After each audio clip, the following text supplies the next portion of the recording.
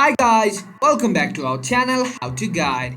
In today's video, I'm going to show you how to log into your Shawbrook Bank account.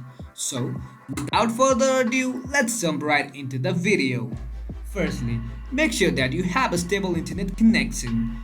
Once you do that, just go to your default browser and search Shawbrook Bank Login. And you'll find login on the Shawbrook, just click here. Now, as you can see, you're already redirected to the official page of Shawbrook. Under login, just scroll down a little bit and just pick the best option that fits you. For now, I'll choose login to savings. Now, as you can see, you're already redirected to the login portal. Just simply have to enter your customer number and click continue. And enter your password and log in. In case you forgot your password, you can click here. If not, then just simply enter your credentials and log in. That's it for today, guys. If you find this video helpful, then don't forget to give thumbs up, comments and feedback would be appreciated. Subscribe to our channel and don't forget to hit the bell icon so that I can come up with new videos like this. Until then, have a great time and thank you for watching.